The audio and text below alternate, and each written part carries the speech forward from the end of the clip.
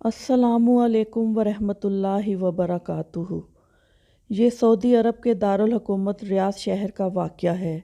एक नेक खातून रमज़ानुल मुबारक के महीने में हर रोज़ अफ्तार से पहले तमाम बच्चों को इकट्ठा करती और इनसे कहती कि जो कुछ मैं कहूँ और करूँ तुम भी वही कहना और करना।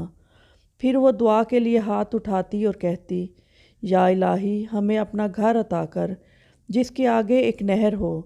तमाम बच्चे भी हाथ उठाते और कहते, या इलाही हमें अपना घर अता कर जिसके आगे एक नहर हो।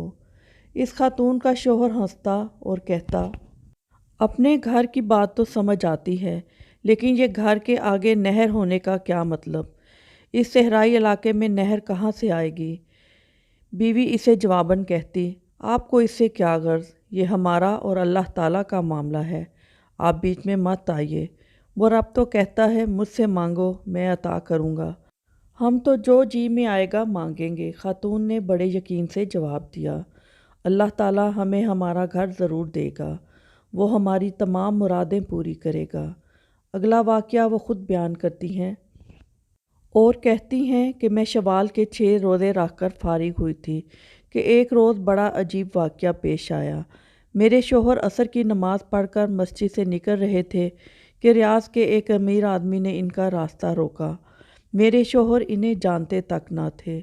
इस आदमी ने इन्हें सलाम किया और कहा, मेरे पास एक घर है, आधे घर में तो मैं अपने वालिद के साथ रहता हूँ, मगर घर का दूसरा निसफ हिस्सा खाली पड़ा है। अल्लाह ताला ने मुझे और मेरी औलाद को अपने फजल व करम से बहुत नवाजा है, हमें इस आधे घर की ज़रूरत नहीं।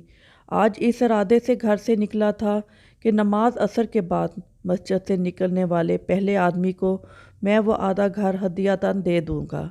यूँ आपसे मुलाकात हुई तो गुजारिश है कि मेरा आधा घर हदियतन कबूल फरमा लें। बिला कीमत मकान लेते हुए हमें तरद्दुद हुआ।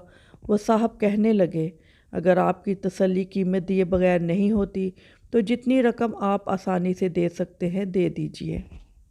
खैर हमने कुछ अपने पास और कुछ इधर उधर से जो रकम इकट्ठी की वो कमो बेश 8,000 रियाल बन गए। वो रकम हमने इस आदमी के हवाले कर दी। अब हम इस आधे मकान के मालिक बन गए थे। मकान रियाद शहर के एक मॉडर्न इलाके में वाक़या था। सच है कि जो इंसान सच्चे दिल से अल्लाह ताला को पुकारता है, अल्लाह ताला भी इसकी पुकार ज़रूर सुनता है। लेकिन एक बात ने मुझे परेशान कर रखा था कि मैंने जो अल्लाह से घर मांगा था उसके आगे नहर होनी थी। मकान तो मिल गया पर इसके आगे नहर नहीं थी। मैंने एक आलम दीन से पूछा कि अल्लाह ताला तो फरमाता है कि मुझसे जो मांगो मैं तुम्हें अता करूँगा। मैंने अल्लाह से नहर किनारे घर मांगा था, मुझे घर तो मिल गया लेकिन नहर नहीं मिली। उन आलम दीन को मेरी दुआ और मेरे एकाने कबूलियत पर बड़ी हैरत हुई। उन्होंने दरियाफ्त किया, इस वक्त आपके घर के सामने क्या है? मैंने कहा, इस वक्त हमारे घर के सामने एक खूबसूरत मस्जिद है। आलम दीन मुस्कुराए और फरमाया, ये नहर ही तो है। फिर उन्होंने मेरे सामने ये हदीस मुबारक बयान की कि हदीस में नबी सल्लल्लाहु अलैहि वसल्लम ने एक सहाबी से फरमाया कि जिस आदमी का घर नहर के किनारे हो और वह इसमें रोज़ाना 5 मरतबा गुस्ल करे तो क्या इसके बदन पर मैल कुचैल रहेगा? साहबा इकराम ने जवाब दिया, नहीं या रसूल अल्लाह, इसके बदन पर मैल कुचैल बाकी नहीं रहेगा। फरमाया, यही हाल 5 नमाज़ों का है, इनके ज़रिए अल्लाह ताला गुनाहों को मिटा डालता है। आँखों से खुशी और तशक्कुर के आंसू रवां थे।